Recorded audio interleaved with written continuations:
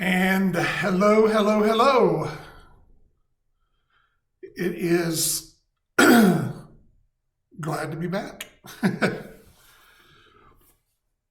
This is the first show of 2023, the start of our third year of doing the show. It's still as harebrained and scatterbrained as it ever was. But we are here. I'm sorry I missed the last 2 weeks. I have, there at the end of December, managed to actually catch COVID at last. And it hung around, and I had to finally have fought it off. So I'm back to being where I need to be. So it's been a hectic day.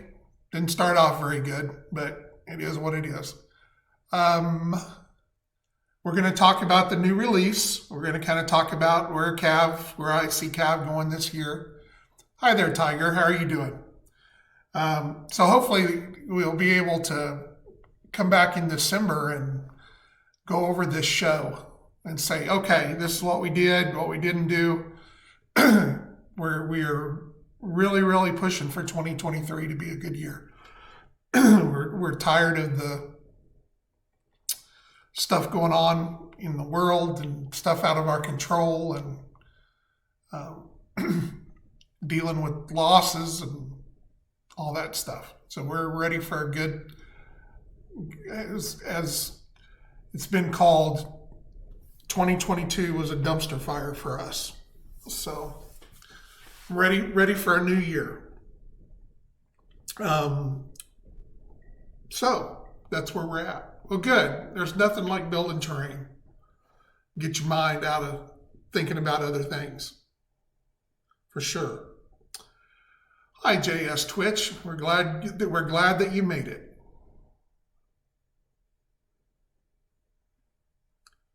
Welcome to the show.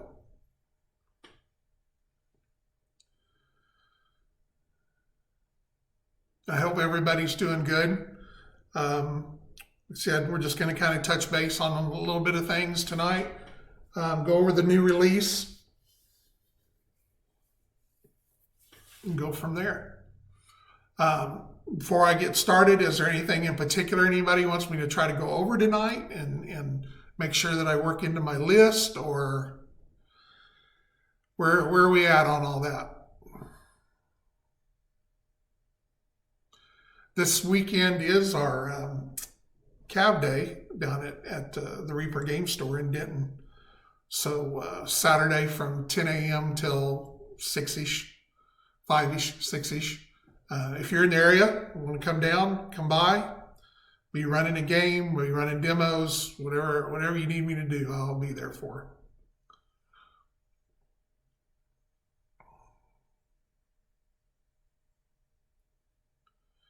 All right, so we'll get started, and we'll wait another minute. Well, cool. I wish I was in Nashville. I will be there in spirit as I run a game in Dallas, in Denton.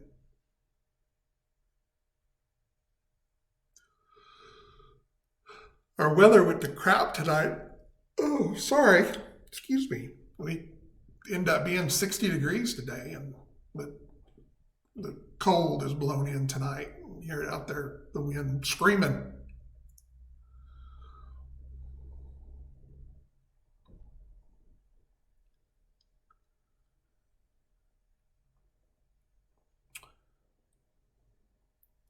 All right, so giving everybody, yes, that's why I went to make some more hills, did some 3-sided hills tonight. Cool. So where to start? Okay. Obviously, if anybody's new tonight and hadn't seen this, the rules update is out. It is the core rules of the game. You can download it off the errata section on the website at talon-games.com. But with that being said, there is an updated version of that coming out, fixing some typos, a lot of new artwork, some reformatting with the new cards, things like that. So We'll be getting that up, if not by the end of this week, the first of next week. The weekend in Dallas has kind of screwed up my schedule.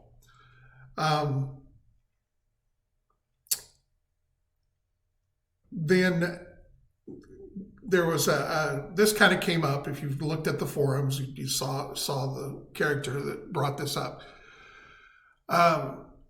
I have not got the new cards, the yellow cards, all uploaded as fast as I wanted to. Obviously, catching COVID at the end of December, coming into January for the last 2 weeks, was not very conducive to me to get a lot of things done. But I am working on that. I think there's 11-ish cards up so far. I know both the Terran and the Rock starter sets, I think, are those models are all up. So I do apologize that they haven't got up as fast as they've gotten up, or need to be. With that being said, the cards are still out there to play the game. The black and white cards and the older color cards are still competent cards to use, to play. They're legal cards.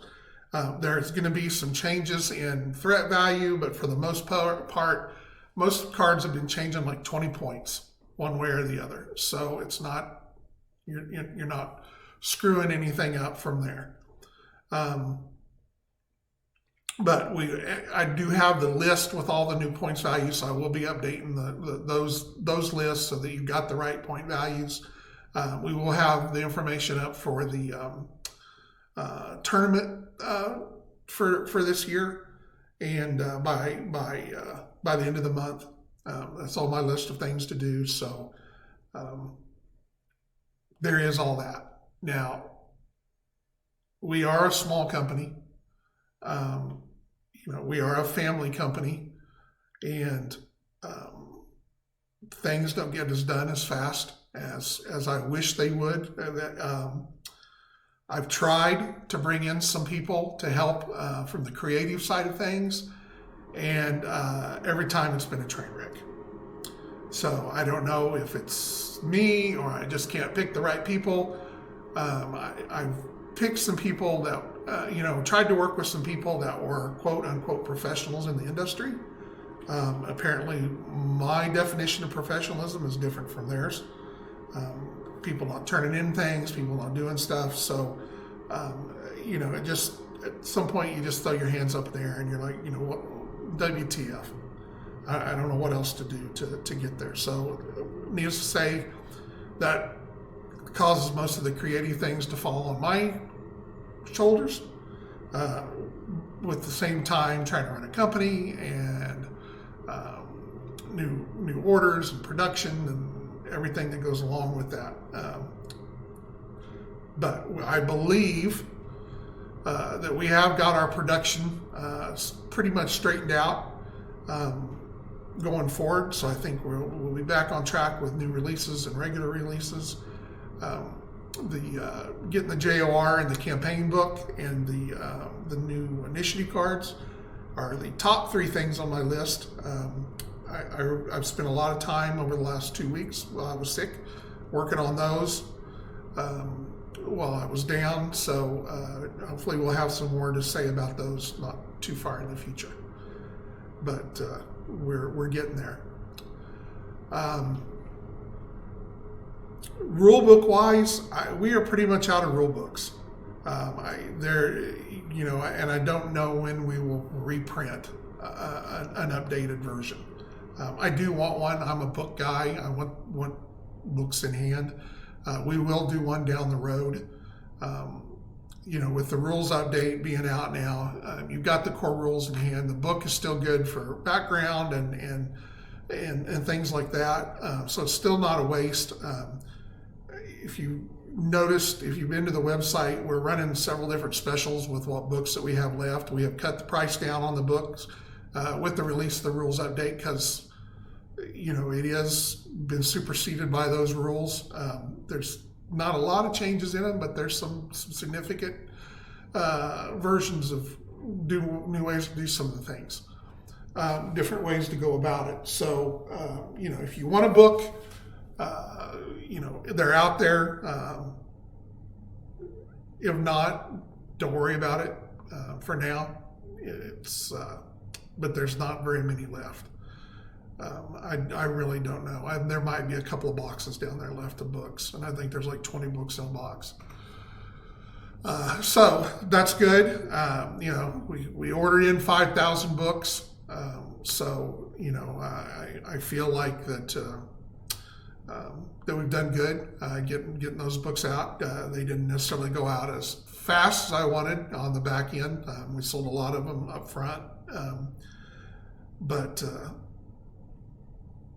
it is what it is. Now let's see. I guess let's talk about new releases, about the new models. One of the things too that we're going to be doing a lot more of is we have brought in some high-end 3D printers. These are not your Fozons, these are not $300 printers. These are production level quality printers that uses a different resin than most people see out there, that is designed for production, was specifically developed for miniatures. You'll start where you're going to see some of this is with some hybrid kits.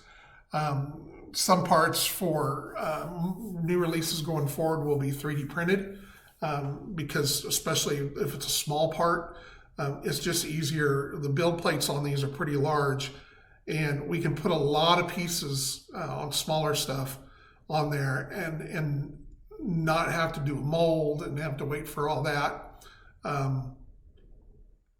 So going forward, the gray is pretty much the same color as the Cyocast. And really, when you fill the two materials together, they're very similar in the way that they feel and everything like that. But so just know that going forward, that is something that we will be doing going forward. We have that already in the pipeline.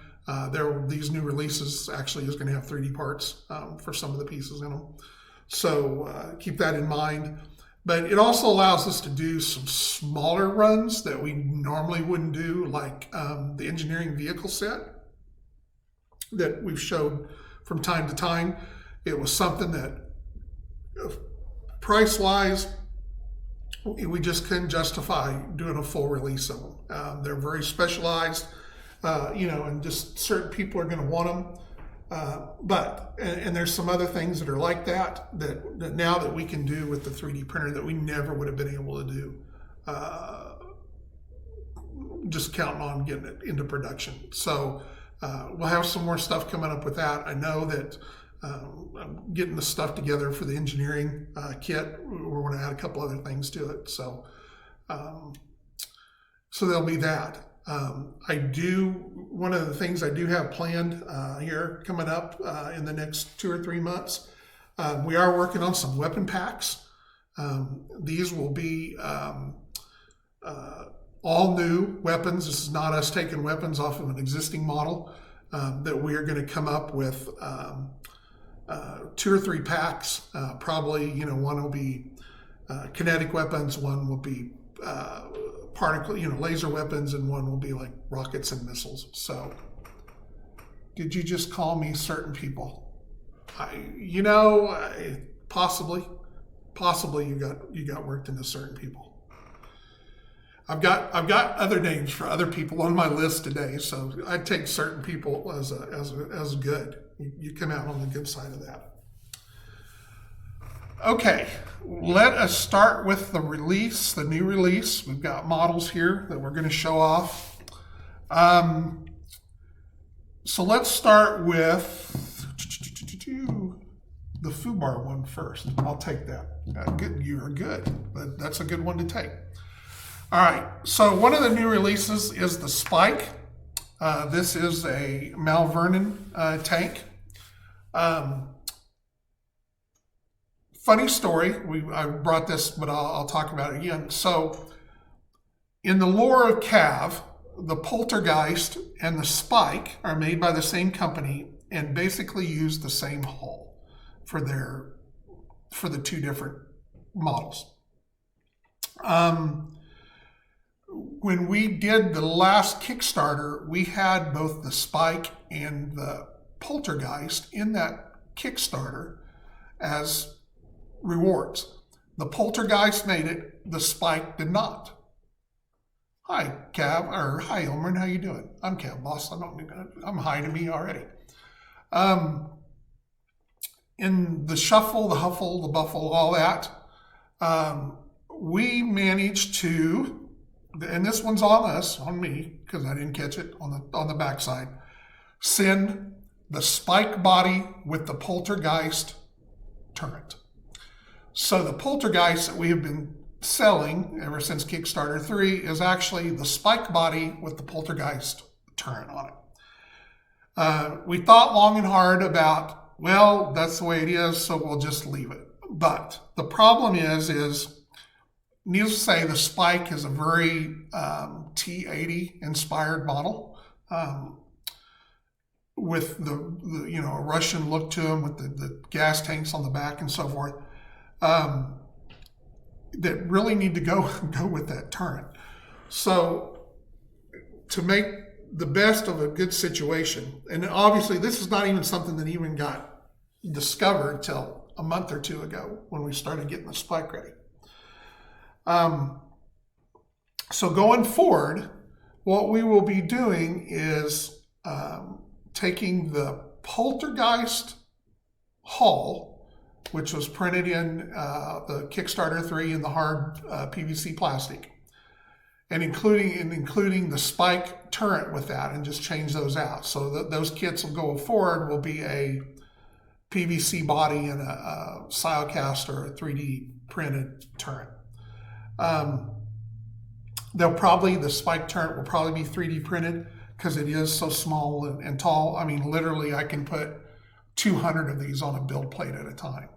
So that's probably how that's going to go forward. So what you'll actually see, here's the poltergeist. I didn't have the hull for it, but basically that's what you're going to see, is the poltergeist. It's the very same body as this one that's 3D printed too. But that's what's going to happen. Now, the poltergeist, this turret will be then sent out with the new poltergeist body. They are very similar in the hull. There are some changes to differentiate them. Obviously, there's the tanks are not off of them, and there's some other little things. I managed to run off and leave that printed body downstairs, so I do apologize for that, so I don't have to show it, but we'll put some pictures up pretty soon to show off what's going on there. So that's what you've got. And everything will be sized correctly. This one ended up being the wrong pin on it, but it'll have the right pin for the hull when it's all said and done. All right, next vehicle. This is what I'm super excited about, is the Yakula. This is a one-piece hover vehicle for Amethyl with rockets. I think it's got 4 Heavy 5 rockets on it. Just an absolute beautiful model. I am so happy with the way this thing turned out.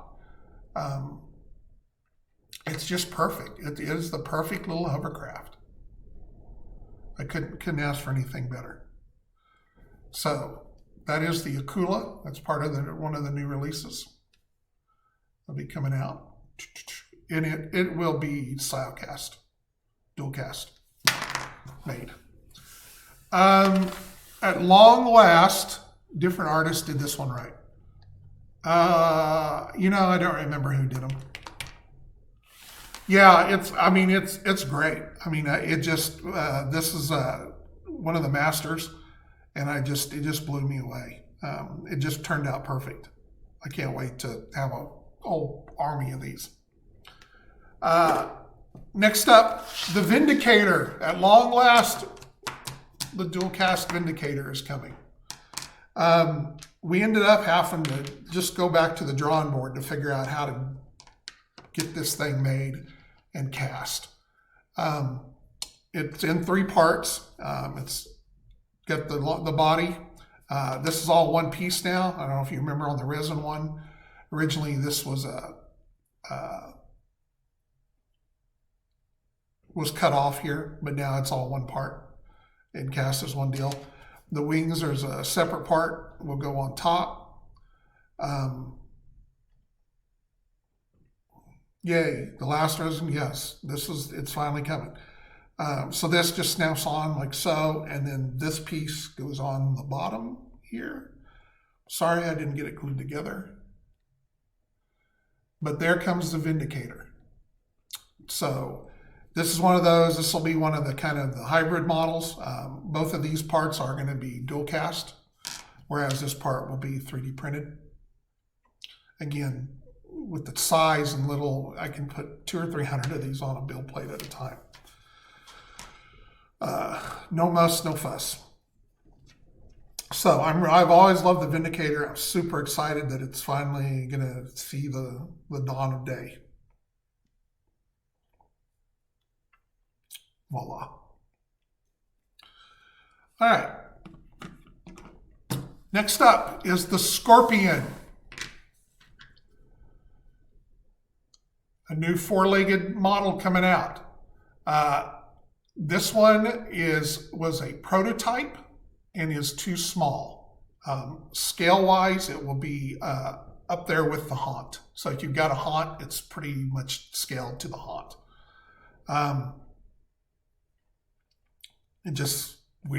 We print these up to start with, an original one, to see how they sit, where they go, and then we go back and scale them up. And I just don't have a scaled up one yet to show you, but it looks just like this. It's just bigger.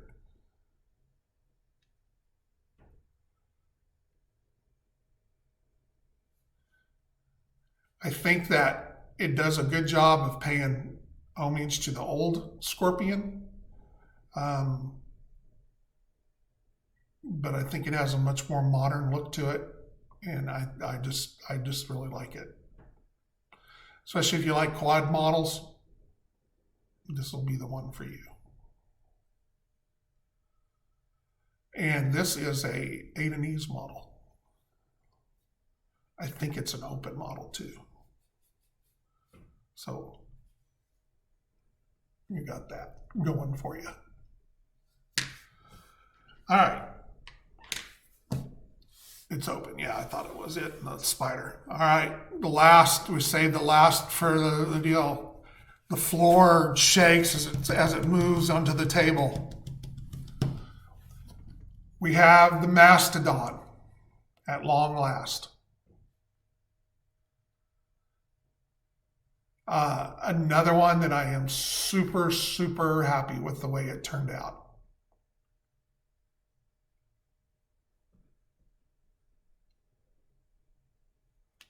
What is my focus there?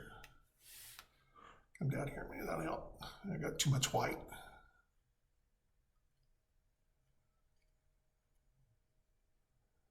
This guy is a behemoth. I brought the Pillager for you to compare him to. It is. This is actually the Mastodon with the howitzer. There is I don't remember if it's the mammoth or the elephant that has the extra heavy Mac on it. It's one of a kind, just unique to that model. But you can see it is a monster compared to the Pillager. Here is the Thunderbolt next to it as well. It's got his base on it, so. Yeah, okay, the elephant has got the extra heavy Mac on it, yeah. So if you are super handy with magnets, you'll be able to build these where all three of them can work. So this is glued on at this time when I was doing this to size this. So I do apologize, but there are, hey there, we got one we need to, let's see. We need to ban this one. I may not be logged in. Yeah. James, can you ban that for me? Please. If you would, if you're listening.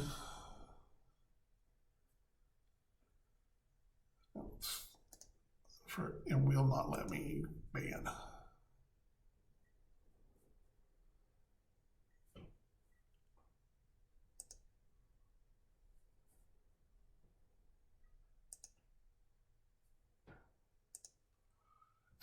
If not, I'll get it later. So this is the heavy Mac that goes with him. So you put it here, put him on his side there.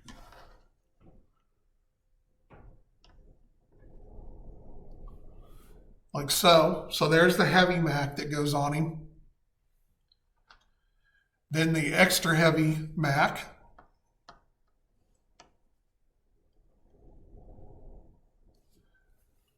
That goes with him.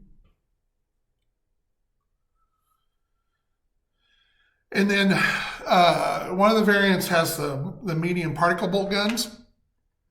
And these just go over these vents like here. And just fit right onto the side of his body.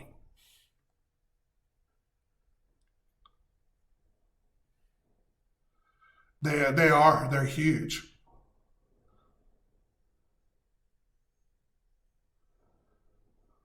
They are big bad guns.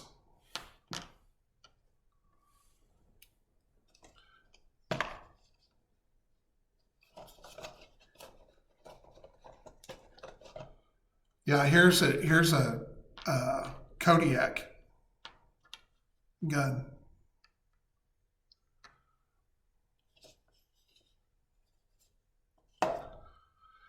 And we've kind of had a conversation about this in the past. You can have small guns, big guns. There's so many varieties of why a gun can be bigger or more powerful and still be the very same thing. Whether it's using more power or larger caliber or longer barrel or things like that. But I thought it was important to keep these guns big for the sake of the model and the story behind him and everything. And so I hope that you will agree.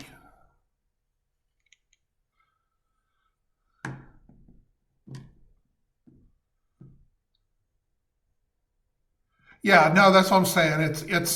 I know they look big and they're supposed to be big. This is not we're not trying to scale creep anything. Like I said, if you look at his medium particle bolt guns, they're a little bit smaller than the T-Birds. Pretty much the same size with the Pillager. But to me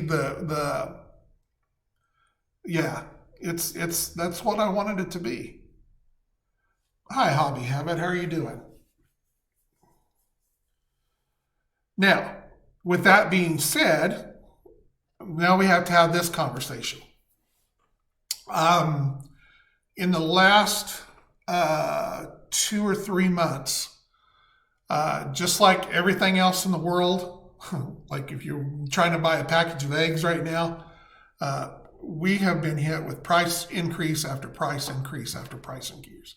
We are paying more for material, more for molds, just whatever it is, boxes, our shipping boxes, our Cards, our blister packs, everything has gone up. With everything else going on, we just ate it and moved on and went from there. No, it's I keep forgetting to get signed actually into where I can ban it. I guess I could have tried to do it on my phone, but anyway. But I had not really realized how bad it was until this week, as we were starting to price these things and get these ready for release. Right now, it's looking like this kit is going to be around $20, with the 3 variants and all the extra weaponry and the size. That's just where we're at. When we were talking about it back in December, I knew it was going to be higher. I was thinking probably in the $12 to $14 range, but there's just no way we can do it for that. It's like I said, between the size and the amount of material and all the extra weaponry. Part of the problem is the because he is so big, we can't get nearly, when we do a mold for vehicles like this Akula, literally there's probably 16 or 20 of these on a mold, so that's, obviously we can get a lot of them on a mold and get a lot more every time that mold's run to get out of there. This guy here, the body part, we're going to be lucky to get, I know we're going to get 3 on there. I'm going to try for 4, but and I agree. I know that I'm biased towards that, Ilmarin. I think $20 for this kit is a good price when you look at across what you're getting and on the deal like that. Could we do the kit a lot cheaper if we took all this away? Yes. These are all big pieces. They all add extra molds, extra handling. Labor is up. We're paying 50% more for labor than we were paying 6 months ago. That's where we're at. So I do apologize. I have tried to always be economical with our prices because, like I said, I'm a gamer too. And,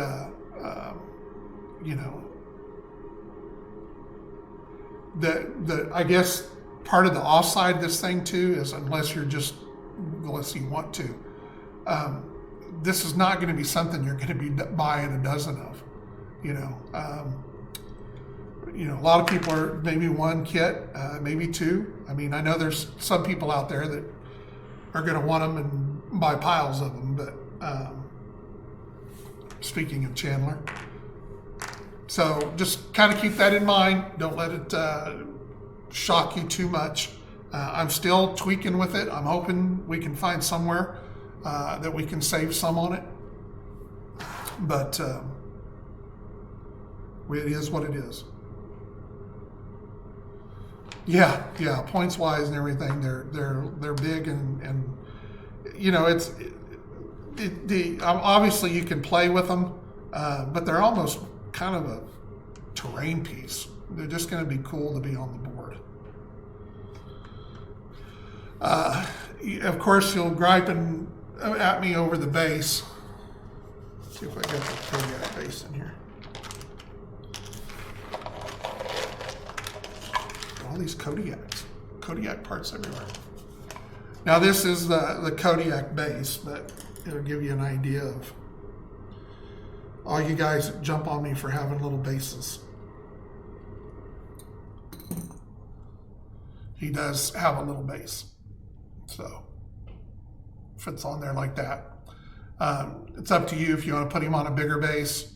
This is just help with stability, and if you want to put him on one of the black bases so that everything matches up, it is what it is. So don't hate me too much. I know some of you guys you like big bases.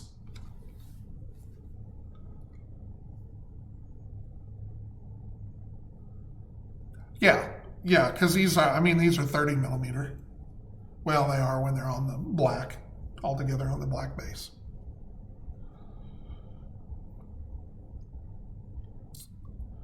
But looking forward to getting him out. Like I said, we're on track for all these to be out at the end of the month. They'll probably go up on the website first of next week. So everything is in. We are finishing up masters right now. And once we have all those done, about half the molds are done. So we have that going on. All right, so talking about the future, where do I see CAV at, in 6 months, a year?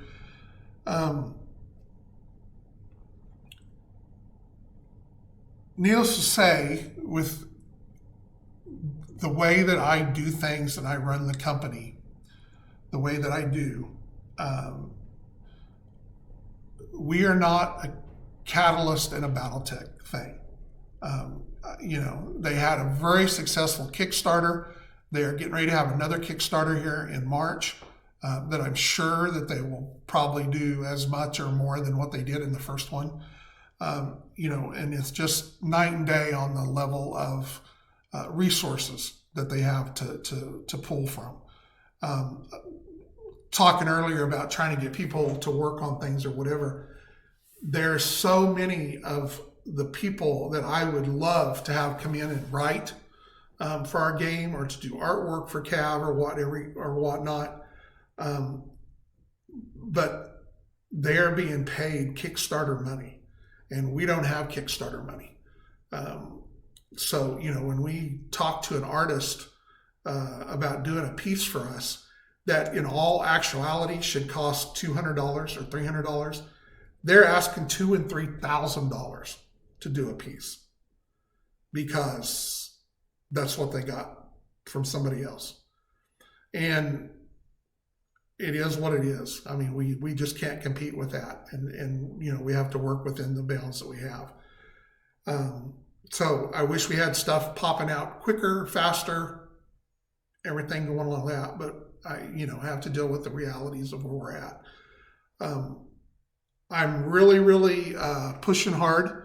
Like I said, we're going to get the JOR. We're going to get the campaign book out. I would love to reprint the rule book later in the year. My hope is with the rules update and as we get more feedback, what we've heard so far has been great.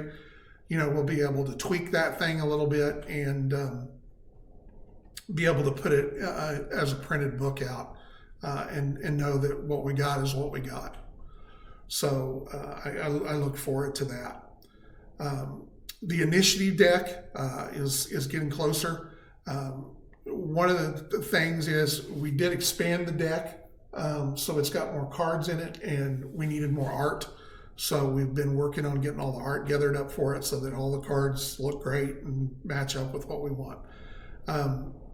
I've also tweaked them a little bit with some things that I'm doing a little different on it, which we'll talk about probably next week. Hopefully I have some cards out that I can show you. Not anything huge, but just I think we've been using some of the concepts of the expanded decks with some games we've been running, both down at Reaper Day, at CAV Day at Reaper, and with some stuff that we've done here around the shop that I think we'll tweak them a little bit more to make them more effective and do what I want them to do. Said with production being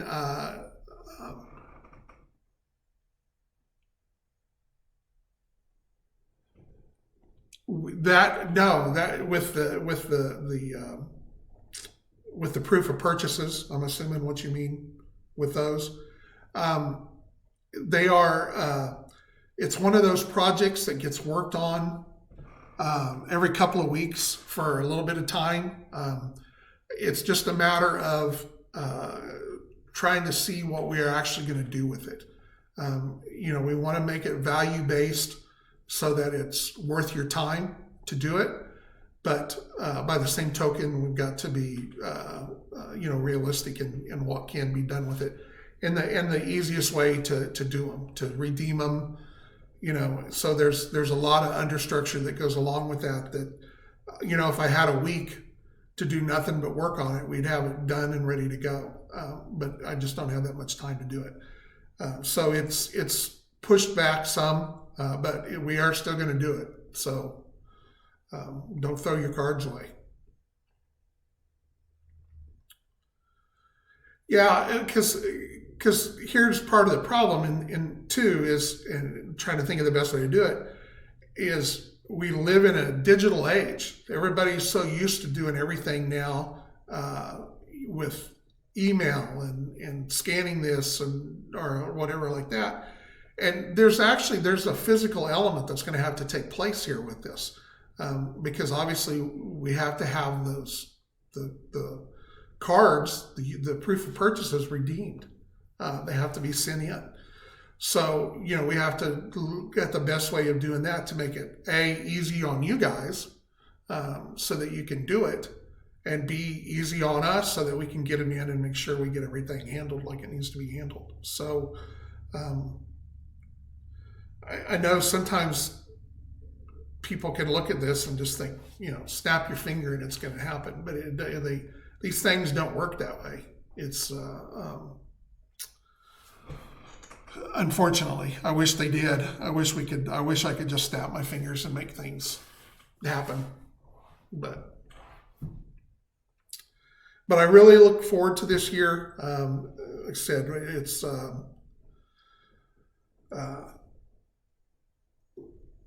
some plans have changed, obviously, with some things that we had in mind that we were going to do in coordination with Reaper, with my friend Ed. With his passing, that's kind of thrown a monkey wrench into things. It's something that I'm dealing with still from a personal side. I'm not trying to get everybody to boo-hoo for me or whatever, but it's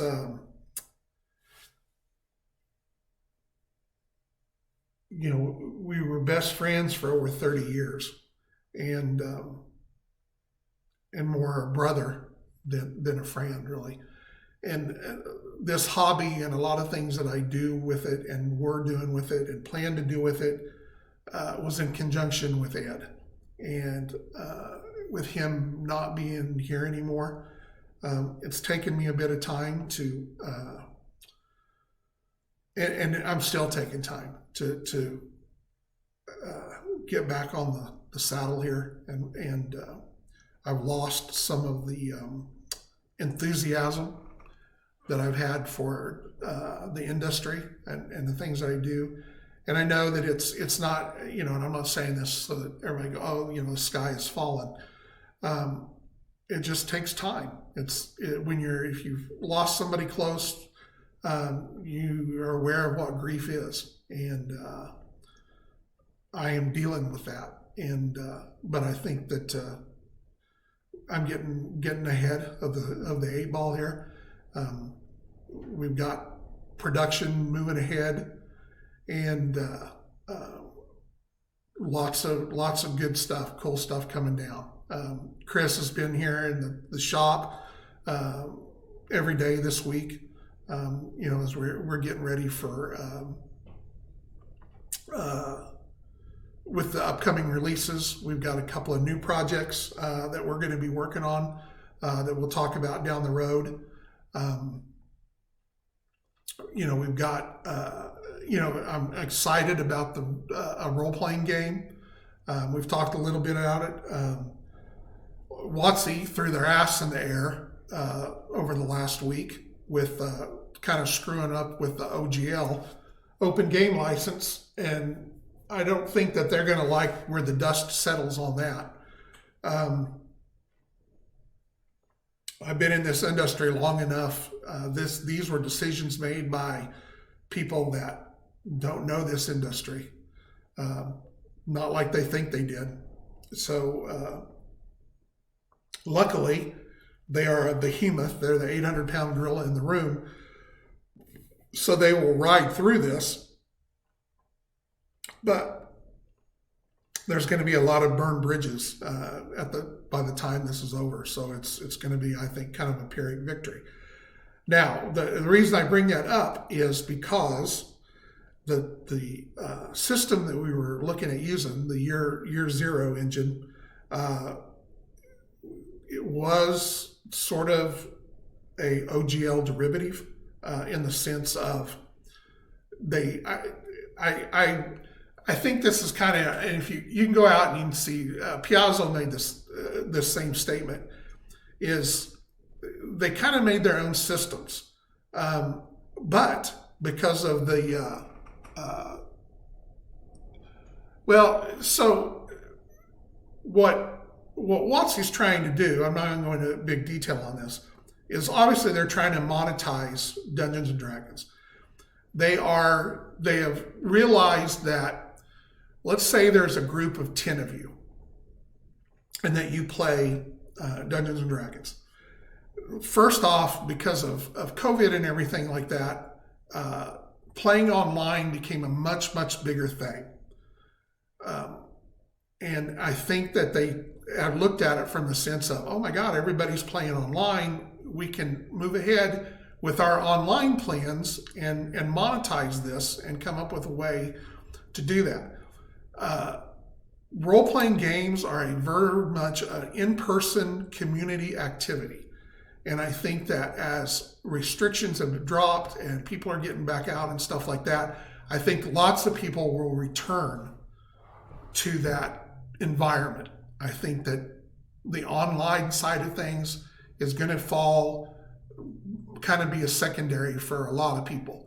It's still going to be for, people that are overseas, things like that. It's still going to be a big thing. I'm not saying it's going away, but I don't think it's going to be at the level that they think it is. And part of that, talking about a group of 10 people, is very rarely do 10 people buy their books. Okay. GM may buy a GM, the guide, the book, and, they need one. There might be a couple players that get a player's handbook, but most of the stuff is the game master, and he gets one and either shares it or, so you want 10 sales there and you're not getting 10 sales. So by, trying to move this all online, then they can control everybody. They can get the GM to pay, they can get players to pay, they can do NFTs, that the only way that you get this certain weapon, is buy this and do this, and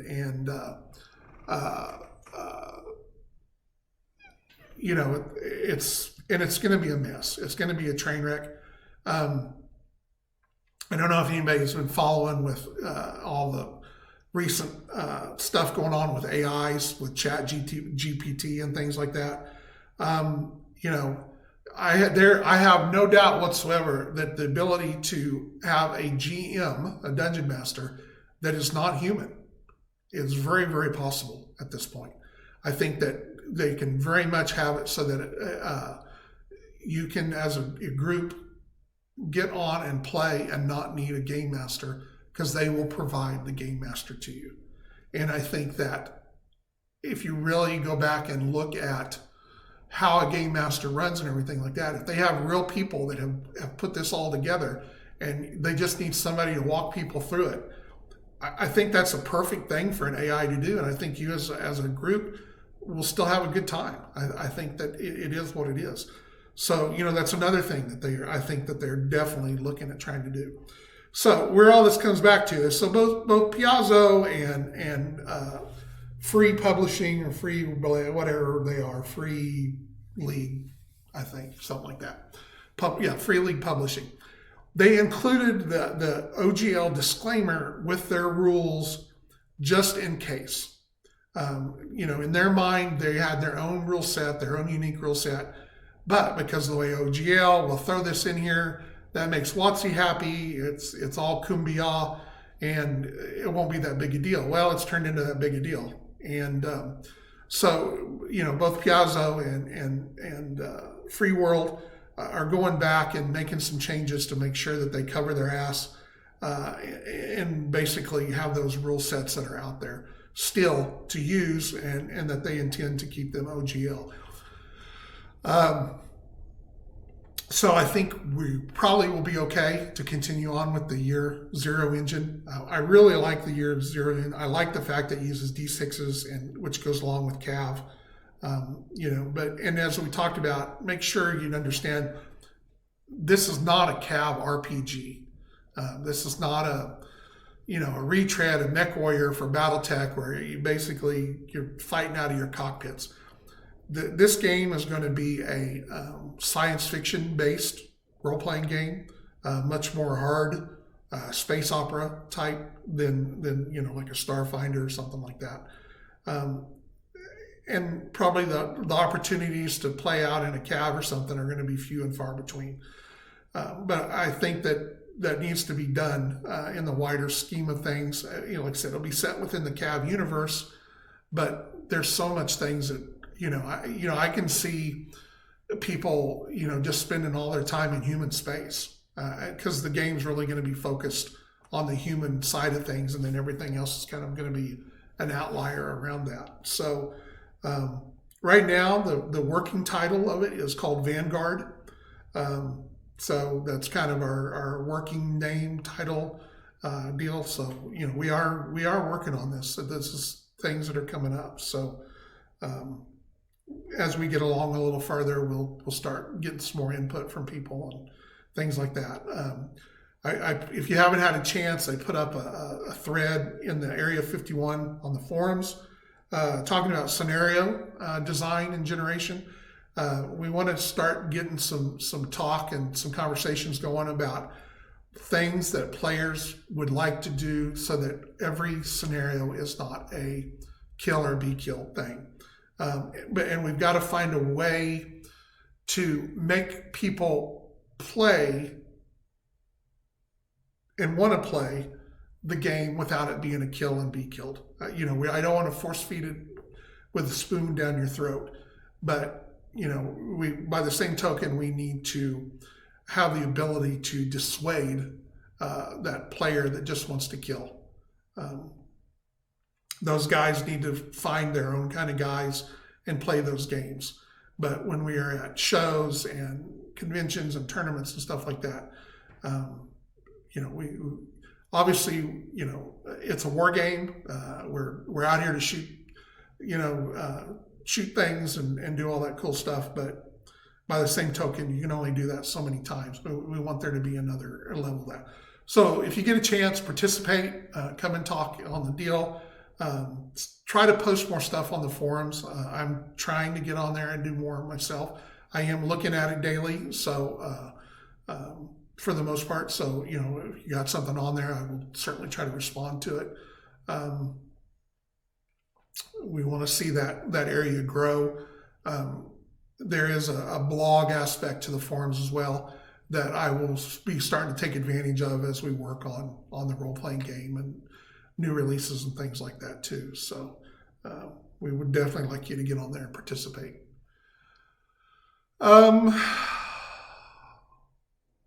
What else? Anything anybody wants to jump in, wants me to cover, wants me to talk about? We are working on some 28 millimeter figures. We are looking at doing some fantasy elements. These are not CAV related per se, or the fantasy side. So you'll see some other new stuff from us this year. We're really trying to push ourselves this year. I don't have the exact list yet because we're trying to get this one out the door. I know that I've got some on my mind as far as some models that are out there. I think there's like the Thor. There is the Kikyu, a Terran aircraft. There is the Adenese Eagle that's on the short list.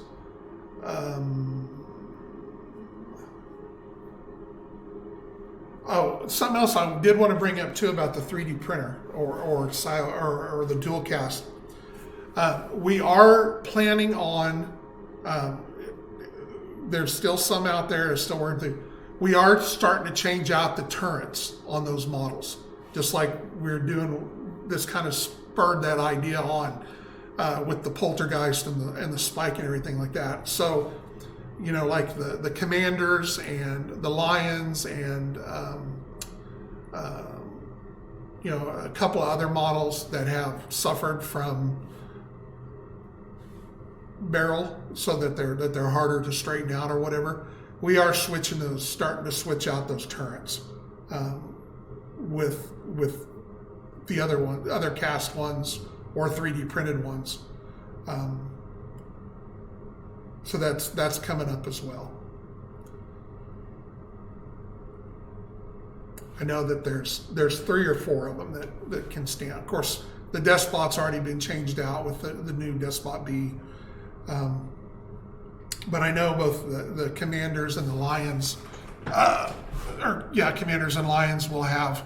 I mean, look-wise, they're the very same turrets. They're just being done on our end so that we can have control over keeping them straight, and that'll make for a better product on your end.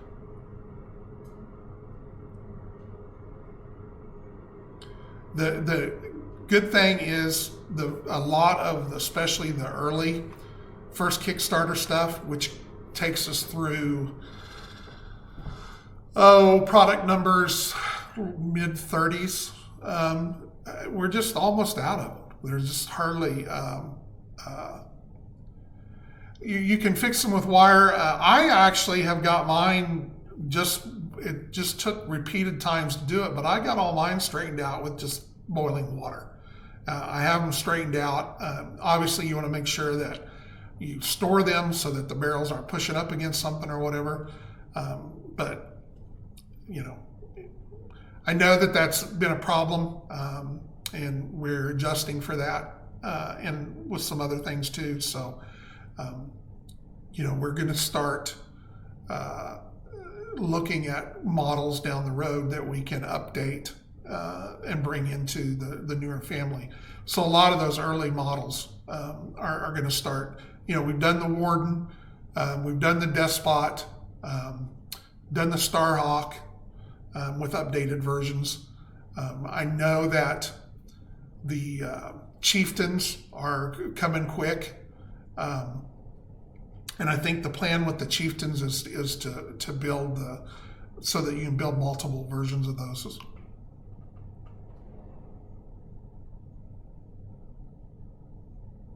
Not separate, no. No, they'll be the spikes will be with the poltergeist halls going out.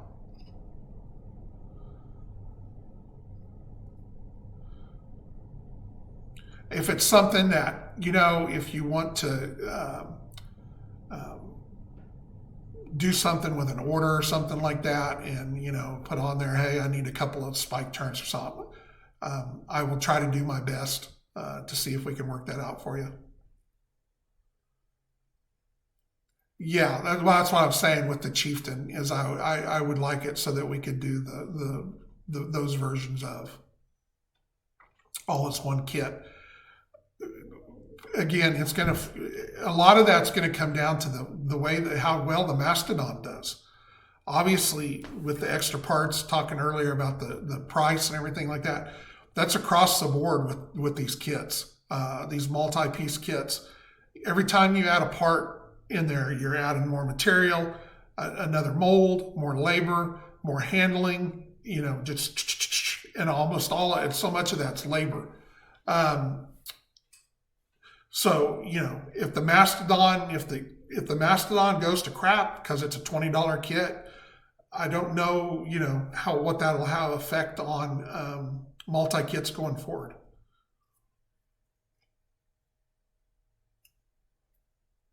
One thing that we might be able to do with vehicles, I mean, it still works out price-wise more, but you know, we may move our vehicle kits down to one model. So, and that way be able to adjust the price so that at least the pack at one time is not as big. That's something to look at. And I would say that that's probably, if the Mastodon kit can't make it at the deal, we'll probably go back and we'll just cut all the extra parts out of it and you get a Mastodon.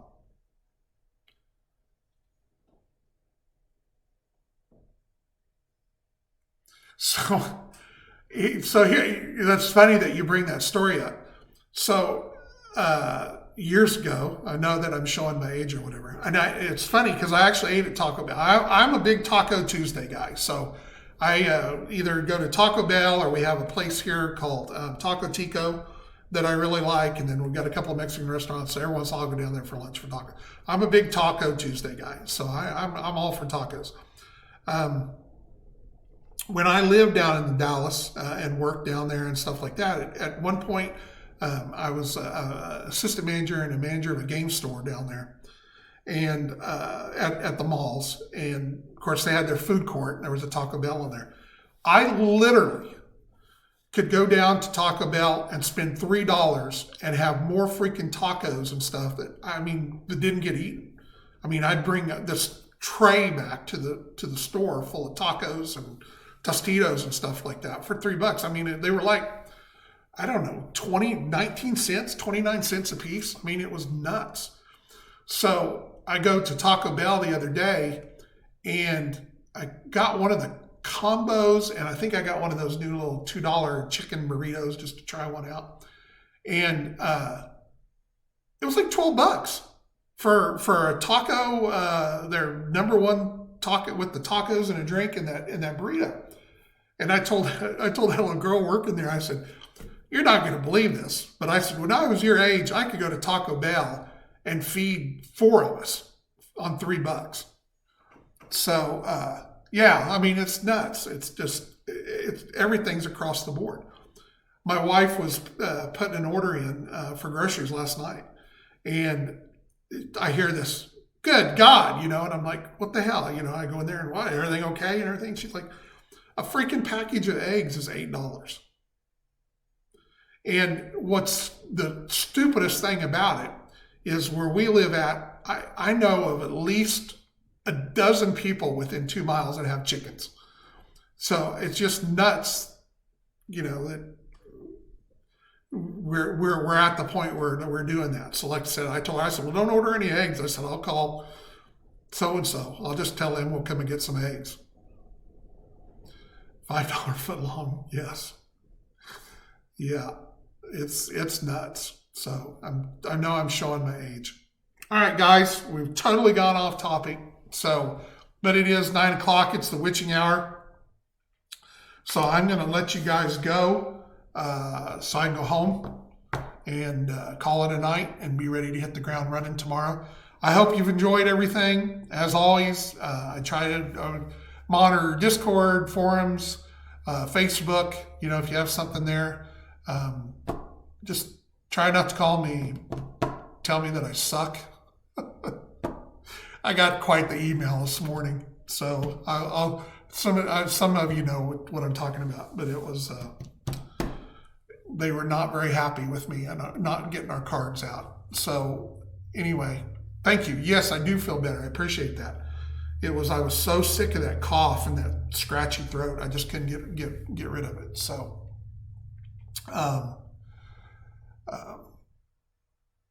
anyway, so we're all good. Y'all take care. Have a good night. Thank you for being here. Thank you for your support.